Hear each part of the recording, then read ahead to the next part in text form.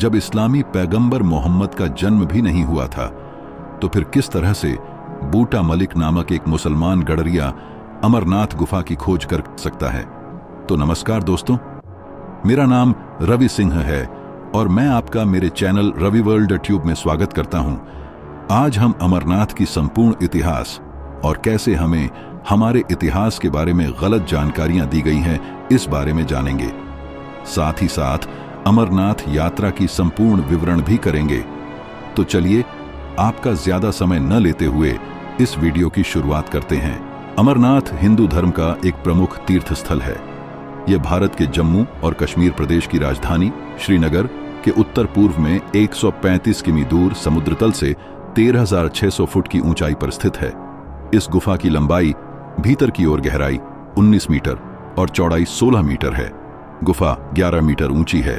अमरनाथ गुफा भगवान शिव के प्रमुख धार्मिक स्थलों में से एक है।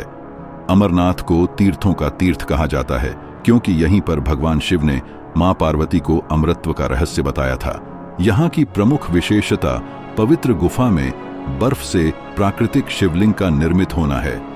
प्राकृतिक हिम से निर्मित होने के कारण इसे स्वयंभू हिमानी शिवलिंग भी कहते हैं।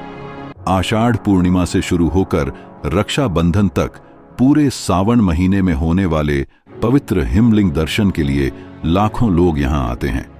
गुफा की परिधि लगभग 150 फुट है और इसमें ऊपर से बर्फ के पानी की बूंदें जगह जगह टपकती रहती हैं। यहीं पर एक ऐसी जगह है जिसमें टपकने वाली हिम बूंदों से लगभग 10 फुट लंबा शिवलिंग बनता है। चंद्रमा के घटने बढ़ने के साथ साथ इस बर्फ का आकार भी घटता बढ़ता रहता है। श्रावण पूर्णिमा को यह अपने पूरे आकार में आ जाता है और अमावस्या तक धीरे धीरे छोटा होता जाता है। आश्चर्य की बात यही है कि यह शिवलिंग ठोस बर्फ का बना होता है, जबकि गुफा में आमतौर पर कच्ची बर्फ ही होती है जो हाथ में लेते ही भुरभुरा जाए। मूल अमरनाथ शिवलिंग से कई फुट दूर गणेश, भैरव और पार्वती के वैसे ही अलग अलग हिमखंड हैं। इसी गुफा में माता पार्वती को भगवान शिव ने अमर कथा सुनाई थी, जिसे सुनकर सद्योजात शुक शिशु शुकदेव आर्षि के रूप में अमर हो गए थे।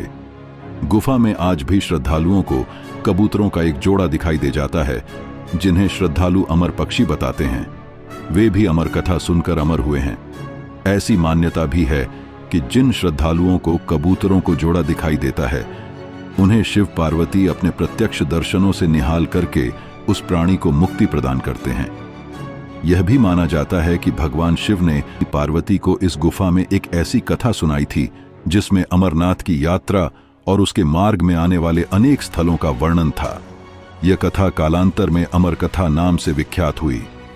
कुछ विद्वानों का मत है कि भगवान शंकर जब पार्वती को अमर कथा सुनाने ले जा रहे थे तो उन्होंने छोटे छोटे अनंत नागों को अनंत नाग में छोड़ा, माथे के चंदन को चंदनबाड़ी में उतारा, अन्य पिस्सुओं को पिस्सू टॉप पर और गले के शेषनाग को शेषनाग नामक स्थल पर छोड़ा था।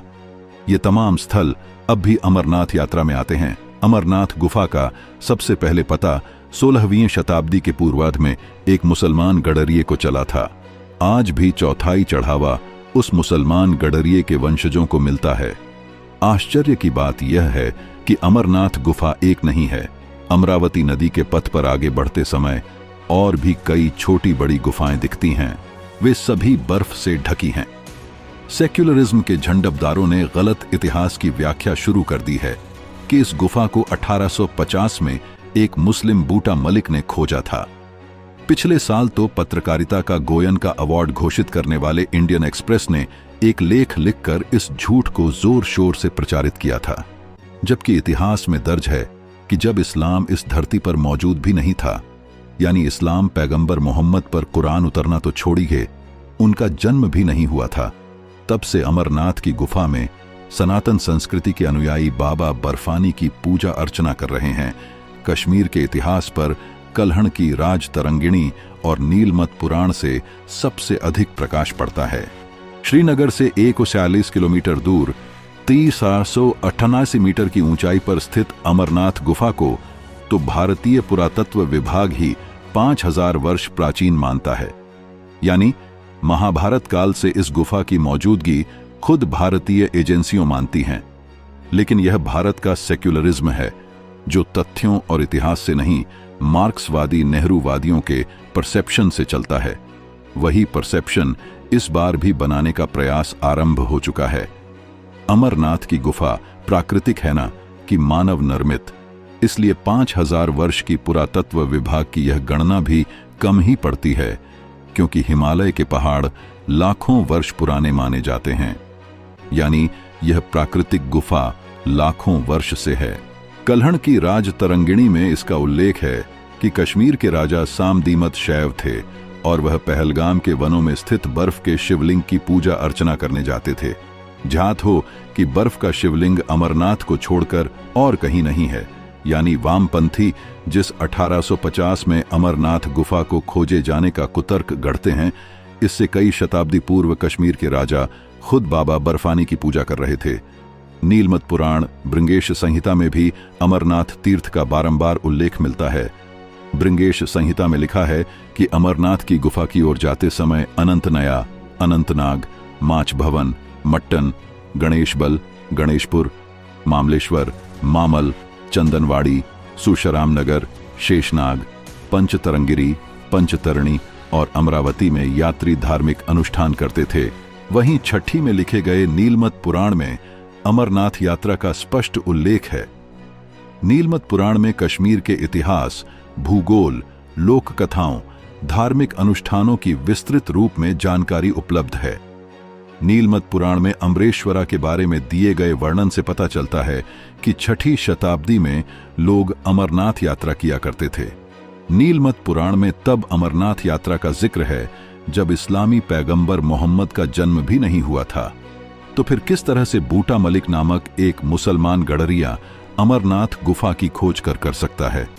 ब्रिटिशर्स, मार्क्सवादी और नेहरूवादी इतिहासकार का पूरा जोर इस बात को साबित करने में है कि कश्मीर में मुसलमान हिंदुओं से पुराने बाशिंदे हैं।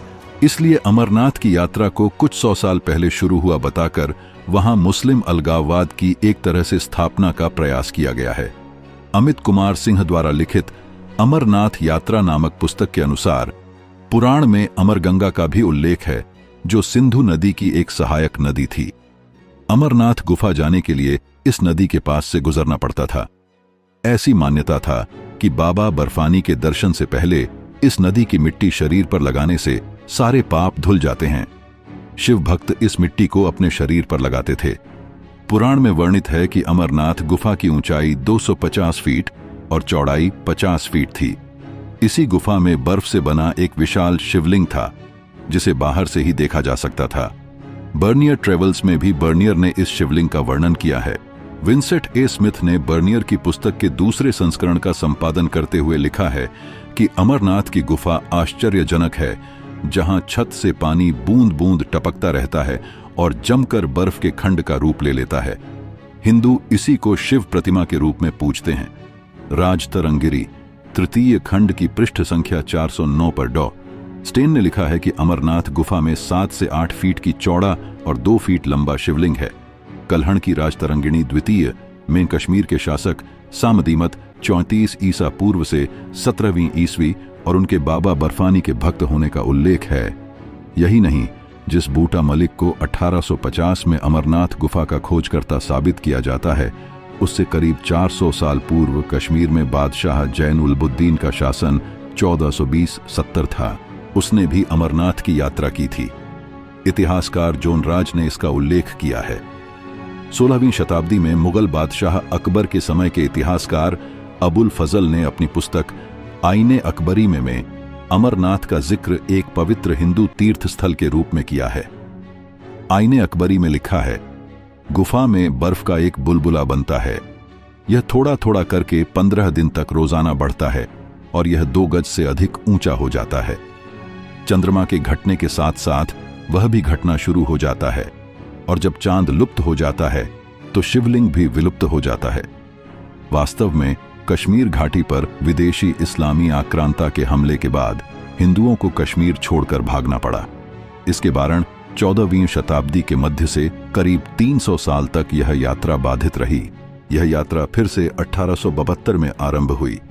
इसी अवसर का लाभ उठाकर कुछ इतिहासकारों ने बूटा मलिक को 1850 में अमरनाथ गुफा का खोजक साबित कर दिया और इसे लगभग मान्यता के रूप में स्थापित कर दिया।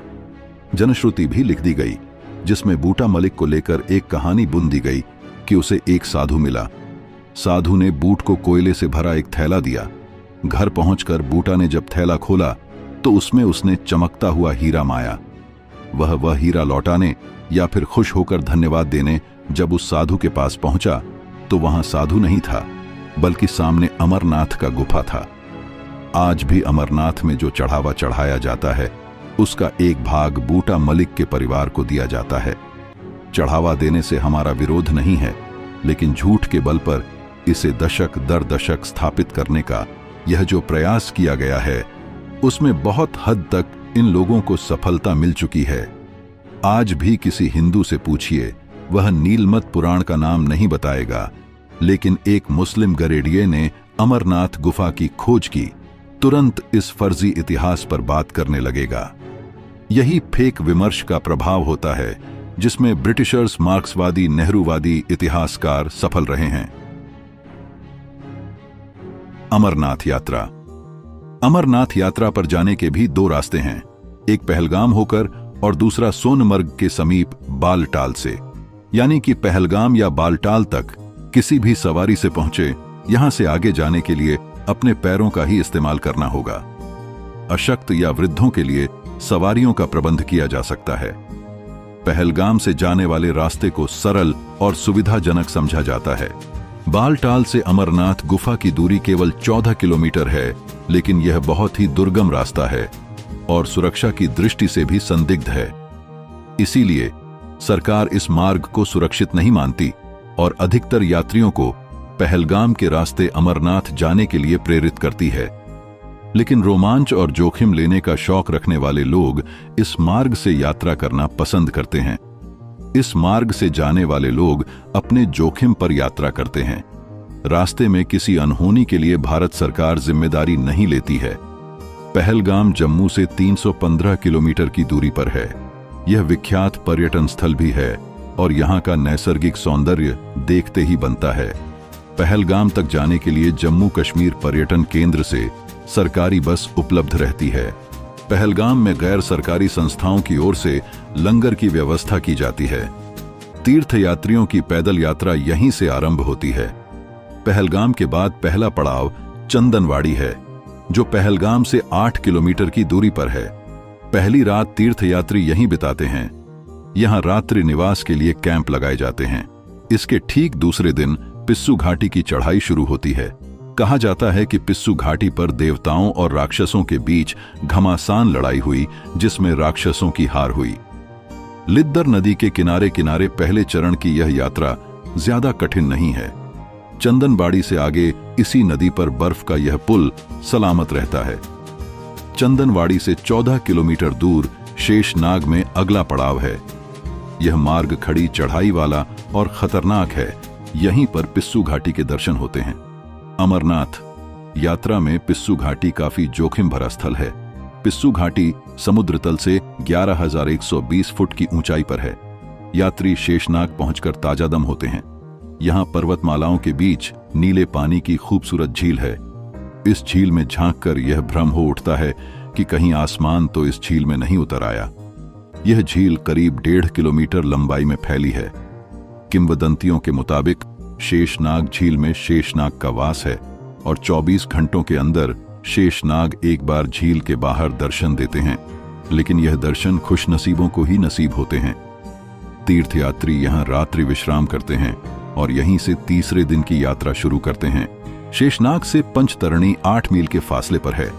मार्ग में बैबवेल टॉप और महागुणास दर्रे को पार करना पड़ता है, जिनकी समुद्र तल से ऊंचाई क्रमशः 13,500 फुट व 14,500 फुट है। महागुणास चोटी से पंचतरणी तक का सारा रास्ता उतराई का है। यहाँ 5 छोटी छोटी सरिताएं बहने के कारण ही इस स्थल का नाम पंचतरणी पड़ा है। यह स्थान चारों तरफ से पहाड़ों की ऊंची ऊंची चोटियों से ढका है। ऊंचाई की वजह से ठंड भी ज्यादा होती है। ऑक्सीजन की कमी की वजह से तीर्थयात्रियों को यहाँ सुरक्षा के इंतजाम करने पड़ते हैं। अमरनाथ की गुफा यहाँ से केवल 8 किलोमीटर दूर रह जाती है और रास्ते में बर्फ ही बर्फ जमी रहती है। इसी दिन गुफा के नजदीक पहुंचकर पड़ाव डाल रात बिता सकते हैं और दूसरे दिन सुबह पूजा अर्चना कर पंचतरणी लौटा जा सकता है। कुछ यात्री शाम तक शेषनाग तक वापस पहुंच जाते हैं। यह रास्ता काफी कठिन है, लेकिन अमरनाथ की पवित्र गुफा में पहुंचते ही सफर की सारी थकान पल भर में छू मंत्र हो जाती है और अद्भुत आत्मिक आनंद की अनुभूति होती है। जम्मू से बालटाल की दूरी 400 किलोमीटर है। जम्मू से ऊधमपुर के रास्ते बालटाल के लिए जम्मू कश्मीर पर्यटक स्वागत केंद्र की बसें आसानी से मिल जाती हैं। बालटाल कैंप से तीर्थयात्री एक दिन में अमरनाथ गुफा की यात्रा कर वापस कैंप लौट सकते हैं।